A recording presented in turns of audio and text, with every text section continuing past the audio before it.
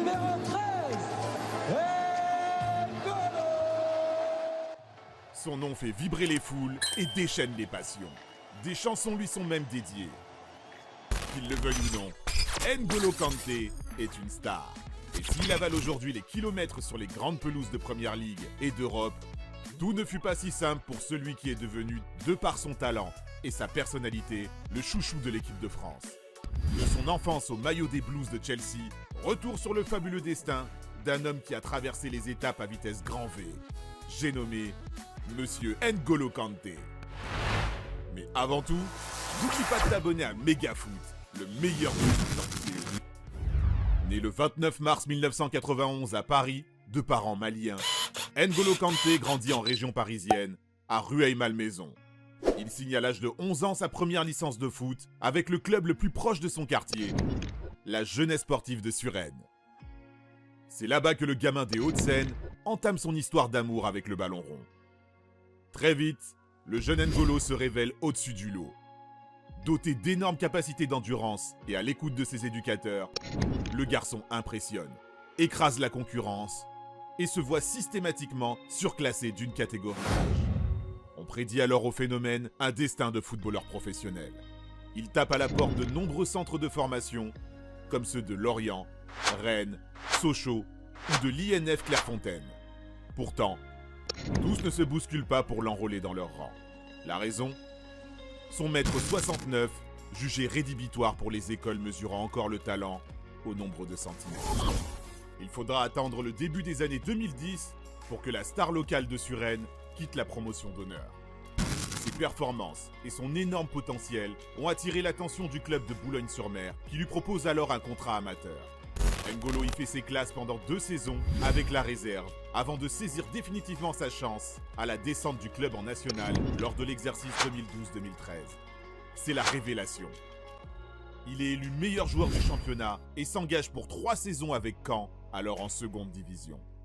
Là-bas, N'Golo Kanté s'adapte rapidement aux exigences du monde professionnel et met très vite tout le monde d'accord en s'imposant immédiatement comme l'une des pièces maîtresses du dispositif canet. Mieux encore, le milieu de terrain finit dans l'équipe type de Ligue 2 en fin de saison et s'affirme ensuite comme l'un des principaux artisans du maintien de son club dans l'élite l'année suivante. Et si sur le terrain, l'homme aux 5 poumons confirme tous les espoirs qui étaient placés en lui, le joueur garde hors des pelouses ses valeurs et sa simplicité. Là où certains joueurs claquent leur première fiche de paye dans une voiture luxueuse, lui s'achète un logement et une Renault d'occasion pour pouvoir remplacer sa trottinette avec laquelle il se rendait à l'entraînement. L'Olympique lyonnais, mais surtout l'Olympique de Marseille qui proposait 6 millions d'euros pour s'attacher ses services, sont intéressés par le joueur. Leicester, eux, en proposent 9. Offre acceptée. Kanté, après 2 belles saisons, débarque en 2016 incognito en Première Ligue. Un choix qui fait quelque peu jaser. Beaucoup estiment en effet que cette décision est dictée par l'appât du gain, alors que l'équipe de Leicester est à la peine en championnat. Pire, Claudio Ranieri n'en veut pas. Pourtant, là encore, N'Golo Kanté trace brillamment sa voie et met rapidement son entraîneur dans la poche. Le numéro 14 des Foxes devient même un élément essentiel de l'organisation tactique du technicien italien.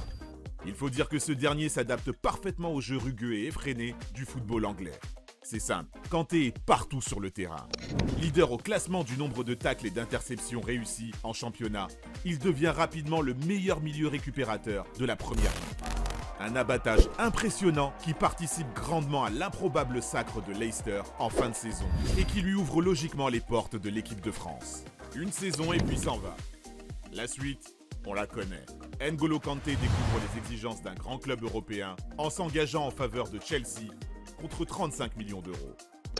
Il remporte quelques mois plus tard un 2e titre consécutif de champion d'Angleterre. Le Français reçoit surtout à la fin de ce nouvel exercice le titre de meilleur joueur de Première Ligue. C'est la consécration.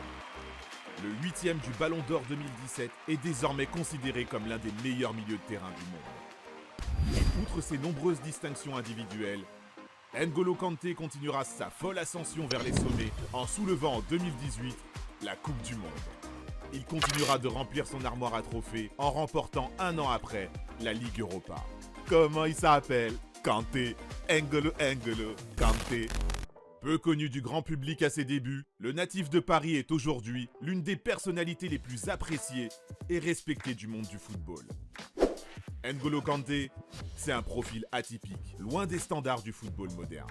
Il n'a pas de coupe de cheveux extravagante, ni de boucles d'oreilles, ou des tatouages en tout genre.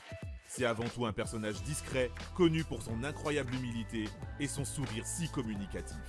Un homme réservé, mais qui est extrêmement déterminé sur le rectangle vert, comme en atteste sa progression rapide et fulgurante au plus haut niveau.